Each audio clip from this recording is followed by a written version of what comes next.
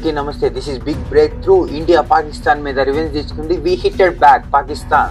India ఏంటో ప్రపంచానికి చూపించే టైం వచ్చింది. ఆపరేషన్ సింధూర్ పేరుతో 9 చోట్ల 9 మిసైల్స్ లాంచ్ చేసింది. పాకిస్తాన్ ఉన్న ప్రతి ఒక్క టెర్రరిస్ట్ క్యాంప్ మీద, టెర్రరిస్టులు ఉన్న ప్రతి ఒక్క లొకేషన్ మీద 9 చోట్ల మిసైల్స్ లాంచ్ చేసింది మన ఇండియన్ ఆర్మీ.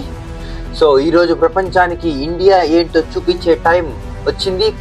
పాకిస్తాన్ వైపు నుంచి కూడా రిటాలియేషన్ ఆల్రెడీ ప్రారంభమైంది. దీనికి మన ఇండియన్ ఆర్మీ బోర్డర్ దగ్గర తిప్పికొట్టే ప్రయత్నం చేస్తుంది.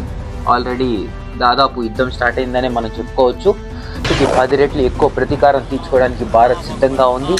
దీనికి వాళ్ళు వెనకడికి గీయాల్సిందే తప్ప ముందుకు తీసుకొస్తే మొత్తం వాళ్ళే కోల్పోతారు. పాకిస్తాన్ ఏ దుశ్చర్యలకి పాల్పడినా మన ఆర్మీ ఆల్రెడీ ఎల్ఓసి దగ్గర రెడీగా ఉంది. వాళ్ళు విమానం ఏదైనా మన గగనస్థలంలోకి ఎంటర్ అవ్వాలని చూసినా, వాళ్ళు ఏ మిసైల్స్ కానీ వాళ్ళ ఆర్మీ కానీ ఎవరైనా మన గగనస్థలంలోకి రావాలని చూస్తే వాళ్ళని గాల్లోనే లేపేయాలని రెడీగా ఉంది మన ఇండియన్ ఆర్మీ. గవర్నమెంట్ 230 ప్లేసెస్ పైగా ఆ చోట మాక్ డ్రిల్స్ నిర్వహించింది. సో ఇది ఎందుకు అంటే ఎక్కడైనా ఎయిర్ మన ఫ్లైట్స్ కానీ ఫైటర్ జెట్స్ కానీ పైన బాంబర్స్ కానీ ఏమైనా వస్తుంటే ఏ సిగ్నల్ అనేది ఇస్తారు. సో సైరన్ మోగిన వెంటనే అక్కడి నుంచి ప్రతి ఒక్క సివిలియన్ ఎవాక్యువేట్ చేయాలని సిగ్నల్.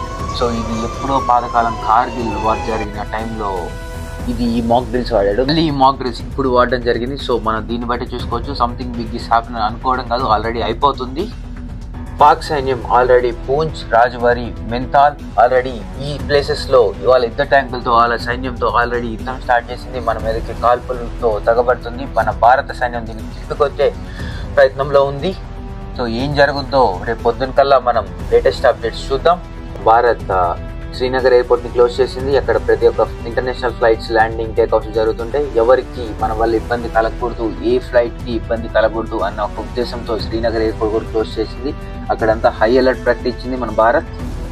ఏ సివిలియన్స్ ని అక్కడ అలౌ చేయట్లేదు. మొత్తం ఆర్మీ కంట్రోల్. పిఓకేలో ఉన్న 9 స్థావరాలపై పూర్తి సమాచారంతో, పూర్తి ఇంటెలిజెన్స్ తో ఆ లొకేషన్స్ మీద దాడి చేశామని మన గవర్నమెంట్ చెప్తుంది.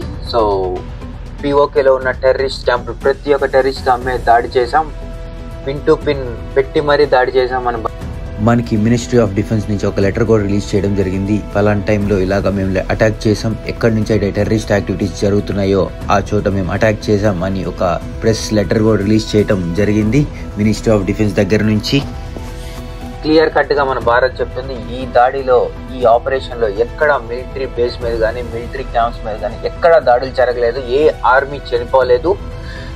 మా టార్గెట్ టెర్రరిస్టులు. మేము అందుకే టెర్రరిస్ట్ క్యాంపుల మీద దాడి చేసాం. మీరు గనక ఇంకా ముందుకి యుద్ధానికి రెడీ అంటే మేము దానికన్నా యుద్ధానికి సిద్ధం అని మన భారత్ ధీటుగా వాళ్ళకి సమాధానం ఇస్తుంది. సో ఏం జరగద్ది అనేది మనం లైవ్ అప్డేట్స్ చూద్దాం.